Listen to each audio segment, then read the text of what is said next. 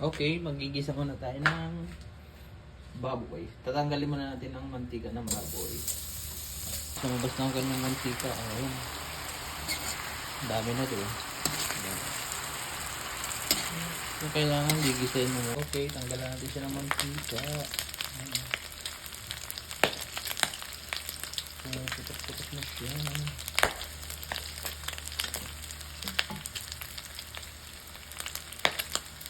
Isahin na natin dito ang bating bawang, luya, sibuyas.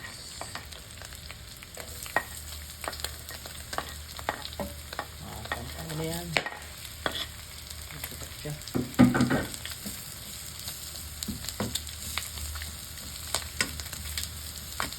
Natin isa yan. Steak sauce. Ito tayo ng toyo.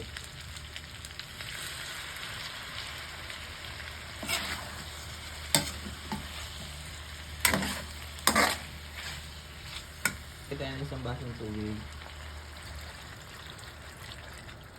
Para may sauce. Ilasta pa natin. Pwede na yan. Bango na ng amoy.